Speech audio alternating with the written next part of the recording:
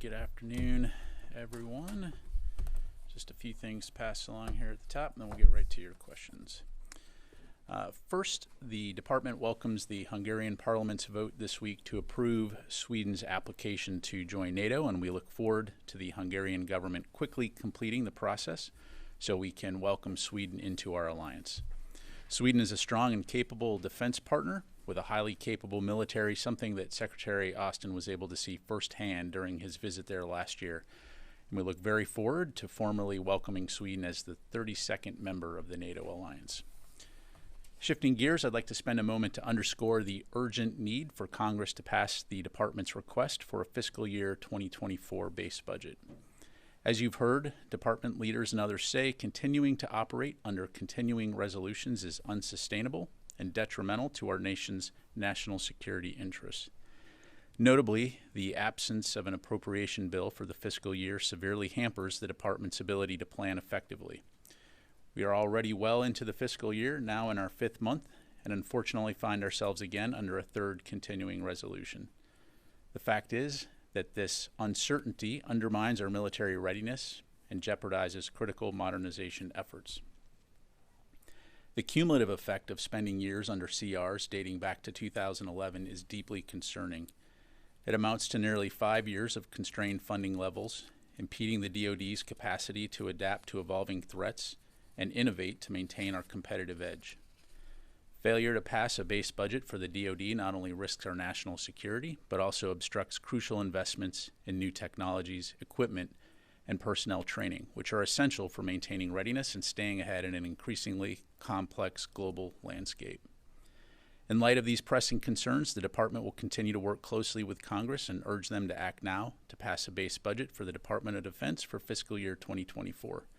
The bottom line is that a full-year appropriation is crucial for safeguarding our nation's security and ensuring our military remains prepared to meet the challenges of the 21st century.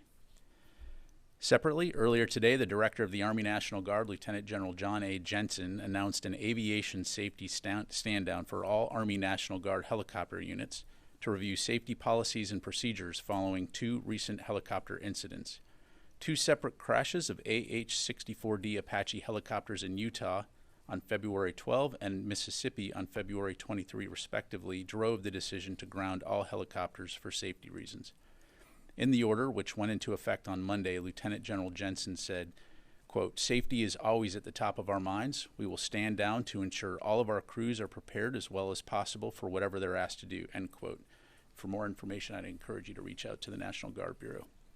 And switching to exercise updates, 2 U.S. Africa Command exercises started yesterday, both of which run through March 8. Justified Accord 2024 is U.S. Africa Command's largest exercise in East Africa, which is led by U.S. Army Southern European Task Force Africa and hosted in Kenya. This year's exercise will incorporate approximately 1,000 personnel and units from 23 nations. Additionally, Exercise Cutlass Express 2024, conducted by U.S. Naval Forces Africa, will take place in the vicinity of Kenya, Seychelles, and Djibouti.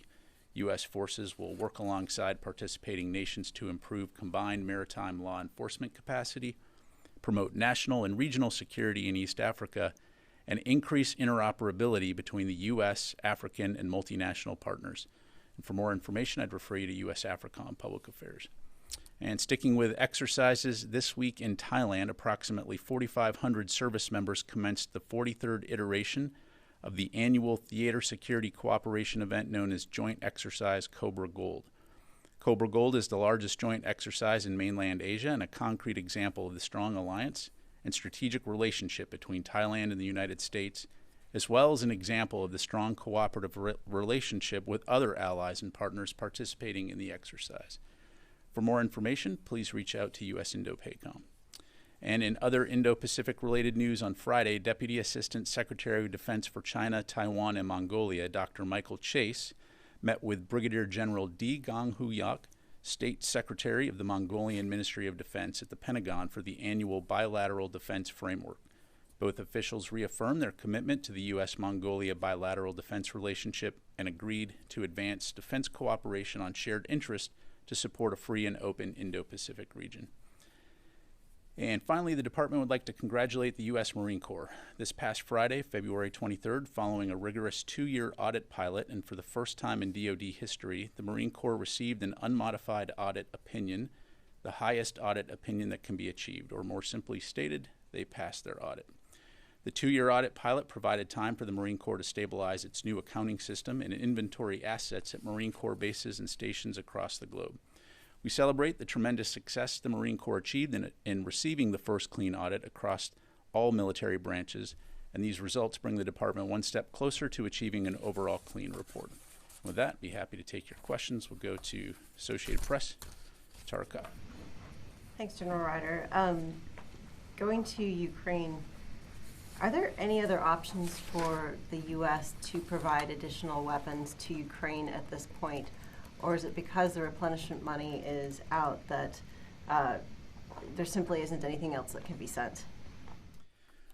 Well, Tara, the bottom line is, we're going to continue to look at ways that we can support Ukraine in their fight for freedom and to preserve their sovereignty.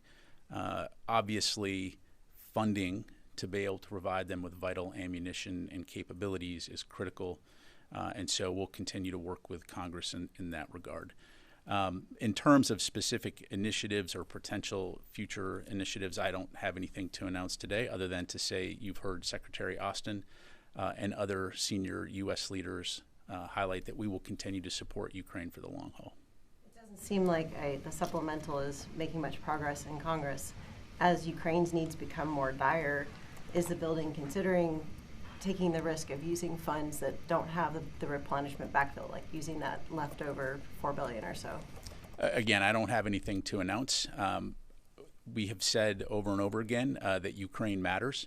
We'll continue to convene the Ukraine Defense Contact Group.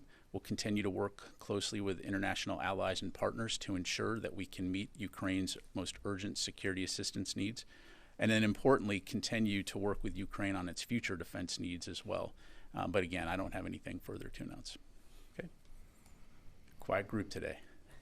Yes, sir. Thank you so much, General. I have 2 questions. First of all, each time Secretary Austin called with his Israeli counterpart, he asked to prevent the situation at Lebanon border from escalating. So yesterday we saw that Israel strike deeper into Lebanon in Bekaa Valley. Do you have concerns of any potential for further escalation at the Lebanon border because of that? Well, I think we've been very clear from the beginning of this conflict that we've been concerned about potential escalation on the border. And so this, as you highlight, this is a topic of discussion frequently between the Secretary and his Israeli counterpart. And so that's something that we'll continue to stay focused on. I don't have any specifics in terms of Israeli operations. I'd refer you to them to discuss that. But no one wants to see the conflict between Israel and Hamas in Gaza widen into a broader regional war. Okay, second question, General. Yesterday we heard from the President that he hopes to have a deal to cease fire in Gaza by Monday. So how confident are you about that as DOD? And from your view, how is it important to have a deal in these days for the stability, not just in Gaza, but for the whole of the region? Yeah, well, thank you. As it relates to those negotiations, I'd refer you to the White House. Really not my place to discuss them, other than to say again, what we've been focused on here is the protection of U.S. citizens and service members in the region, on supporting Israel and its inherent right to defend itself from future and current terrorist attacks, as well as supporting efforts to release the hostages that Hamas took. And then again, as I highlighted earlier, preventing a wider regional conflict from occurring. So that continues to be the DoD focus, and I'll just leave it there. Thank you very much. Let me go to the phone here. Idris from Reuters. Hey, 2 quick questions. Firstly, do you have an update on the Secretary's health? Has he been back to the hospital? Has he been into the Pentagon every day since your last readout? And secondly, there have been some sort of speculation that the Houthis may have damaged some undersea cables in the Red Sea. Is that accurate? And do they even have the capability to do that? Yeah, thanks, Idris. The Secretary is doing well. Continues to recover. He has not been back to the hospital since the previous visit that we read out. So appreciate your interest and obviously we'll keep you updated on his health status. In terms of the cables, I've seen those press reports, Idris, but I don't have anything on that. We're obviously looking to that, but I can't corroborate those reports. Thank you. Let me go to Missy Ryan, Washington Post. Hi, thank you, Pat. Just wanted to ask a Ukraine-related question. The French president today gave a speech, and he was talking about Ukraine, and he said two things I was hoping to ask you about. He said, first of all, that the donations of weaponry had sometimes been too late, and that they had come behind schedule. He says that we have to have today we've got to say that we have the humility to realize that we have often been 6 to 12 months behind schedule. And I'm wondering if you could comment on that. And secondly, he said he could not rule out Western nations sending troops to Ukraine to operate in Ukraine. And I'm just wondering, what can you say about that? Is the U.S. in the same position where you wouldn't be able to rule out sending American troops to Ukraine? Thanks. Yeah, thanks, Missy. Well, just to be clear, we have no plans to send U.S. service members to fight in Ukraine. The president has been pretty clear on that, and that continues to be our position. As it relates to providing assistance to Ukraine, I can really only speak in broad terms, from a DoD standpoint. But as you know, since the beginning of Russia's invasion, we have worked very hard to get security assistance to Ukraine as quickly as possible. And it's not just a U.S. effort, it's an international effort. As exemplified, again, by the monthly Ukraine Defense Contact Group meetings, as exemplified by the Security Assistance Group Ukraine, which brings nations together to help facilitate the delivery of those requests and aid to Ukraine. And so there are literally people working around the clock to ensure that we can get aid as quickly as possible to Ukraine and meet their most urgent security needs. But again, as I highlighted at the top, nothing gets done without funding. And so right now, we will continue to work closely with Congress and continue to urge them to pass not only the supplemental request to ensure that we can provide Ukraine with the assistance they need, but also to pass a base budget, the 2024 fiscal year base budget, so that we can continue to fund urgent priorities throughout the department. Thank you. All right, let me go to Jeff Shogel, Task and Purpose. Thank you. Is there any timeline for how long all National Guard helicopter units will be grounded? And also, do you have an update of when the Ospreys might be coming back into service? Thank you. Thanks, Jeff. I do not have an update on the Ospreys. In terms of the National Guard stand down, that's really a question for them to address. My understanding is that when units have completed their safety stand down, they'll be permitted to fly again. But that's probably better addressed by the National Guard Bureau. Thanks. Come back to the room. Constantine. Thanks, Pat. Sticking with the Army for a second, I mean, the Army has had a series of deadly helicopter crashes. There's been a pattern of them. This is the second safety stand down I think they're doing in a span of a year. Does the Office of the Secretary have any concerns about the Army's aviation program? Well, look, broadly speaking, safety is something that we're always going to be concerned about and take seriously. And I think, not just in the Army, but in every service, you will see senior leadership making safety a priority, as evidenced again by the fact that the National Guard Bureau recognizes, hey, we need to take a moment here to stand down, review safety procedures and processes, and make sure we can look each other in the eye and go out there and do our mission safely. So the Secretary is confident in the service secretaries and chiefs and their leadership in terms of addressing safety concerns. Is there any plans to have a safety and review or anything like that at the Pentagon level? Nothing at the Pentagon level. Again, the services organize, train, and equip forces. The combatant commands operate those forces. Certainly from the DoD level, we provide policy. But again, safety and risk management are something that on every single day is taken seriously throughout the force. Thanks. Laura. Thank you. A couple on Secretary Austin and then one on Ukraine. Is Secretary Austin able to travel right now? And then also, can you clear up, does he still have cancer right now, or does he not have cancer anymore?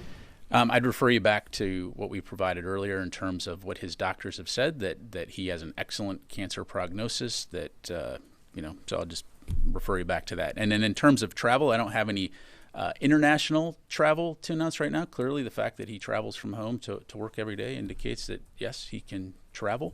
Is he under any restrictions in terms of travel? Not that I'm aware of. Again, my understanding is, he continues to have some physical therapy due to lingering leg pains, but again, he's recovering well, and he's been working from the Pentagon every day. And then on Ukraine, is it the Pentagon's assessment right now that Ukraine needs additional long-range weaponry? Well, we just convened the Ukraine Defense Contact Group, which again provided an opportunity to look at all of Ukraine's needs, both near-term and long-term. And I would say that the top priority continues to be air defense capabilities. And so that's something that we, along with the international community, have been working very actively on to ensure that they have those capabilities. What about long-range weaponry? Look, they obviously need all types of capabilities. We have provided them with some long-range capability, but we'll continue to actively communicate with our Ukrainian partners in terms of what their battlefield needs are. Thanks. Ashley. So 2 questions on the Red Sea. First, in terms of the undersea cables, I know that you said you can't confirm it yet, but what responsibility does the DoD have to protect those cables? And then secondly, on Saturday, there was the 3rd round of joint strikes with the U.S. and U.K. We've also saw that there was a couple minor strikes from Central Command forces. What is the DoD's rating of its effectiveness right now in degrading the Houthis' ability to strike ships in the Red Sea? Yeah, thanks. And sorry I got your name wrong, Heather. So in terms of the cables, again, I just don't have anything to corroborate those reports. In terms of commercial cables that are around the world. And so I don't want to get into hypotheticals in terms of what we may or may not do as it relates to cables globally. In terms of the strikes that CENTCOM conducted on Saturday, they're continuing to evaluate, but initial assessments indicate that 17 targets at the 8 locations that we struck were destroyed or functionally damaged. And as I highlighted yesterday, that included underground weapon storage facilities, missile storage facilities, one-way attack, unmanned aerial systems, air defense systems, radars, and a helicopter. So more broadly speaking, since the first coalition strikes on January 11, we assessed that we've destroyed or degraded at this stage more than 150 missiles and launchers, including anti-ship land attack and surface-to-air missiles, plus numerous communication capabilities, UAVs, unmanned surface vessels, coastal radars, air surveillance capabilities, rotary wing aircraft, underground facilities, to include weapon storage areas and command and control buildings. So degrading and disrupting a significant amount of capability. Just to quickly follow up, in terms of what we're seeing, do you think that this means that we might see a week-long pause in what their ability to hit ships, or should we expect that they're going to be firing, today, tomorrow, next couple days? Yeah, again, I'm not going to try to predict the future. We've stated what our goals are, which are to safeguard international shipping and preserve freedom of navigation, and that's what we'll continue to be focused on. Clearly, we do not want escalation. We're not looking for conflict. We're simply looking to save lives and livelihoods in this region. Sir. Thank you. PBR question, could you give us an update on whether the rollout of that budget request, is it all contingent on the passing of a full appropriations for FY24? You're talking about the FY25 budget rollout? I don't have anything for you on that right now. Obviously, we'll keep you updated. We'll keep you updated on that front. So, second question on Ukraine. Could you just give us an update, speaking of updates, on the delivery of F-16s and the coalition that's providing those? Any timelines too? Yeah, I don't have any timelines to provide.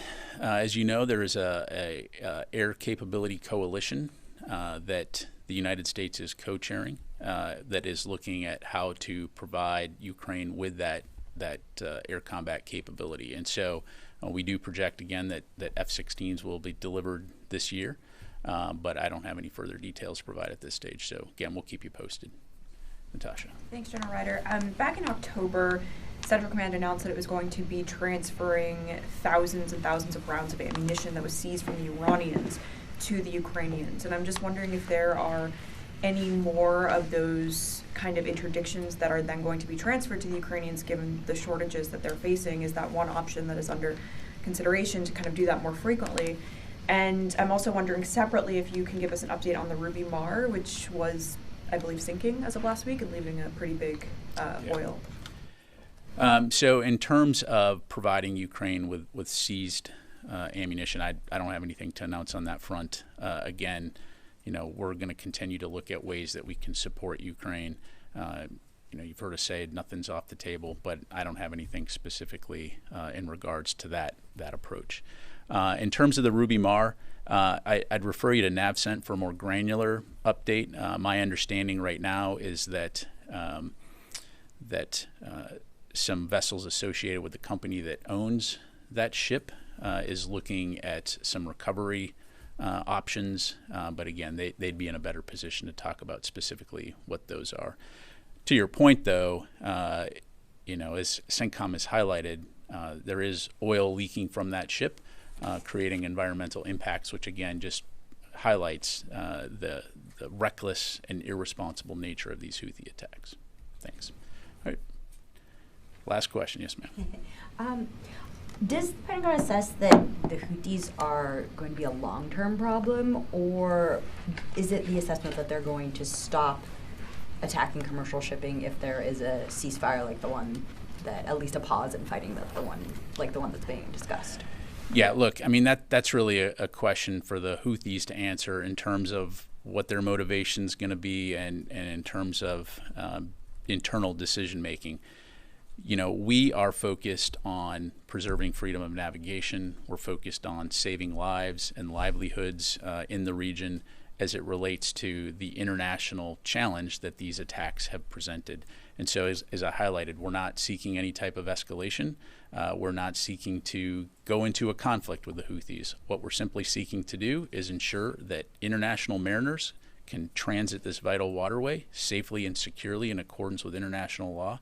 It's a freedom of navigation issue, and importantly, it's also a health and economic issue, especially for those in the region. And what we've seen these attacks do is essentially, contrary to their stated aims, the Houthis are wrecking their own neighborhood with their indiscriminate attacks, which harm Middle Eastern economies, cause environmental damage, threaten the fishing industry, coastal communities, and imports of food supplies. Thank you. And then finally, before we close out, I'd like to welcome our guest from American University. Is that right? All right, welcome. You guys will be up here on Thursday briefing. So, okay. All right, thanks very much, everybody. Appreciate it.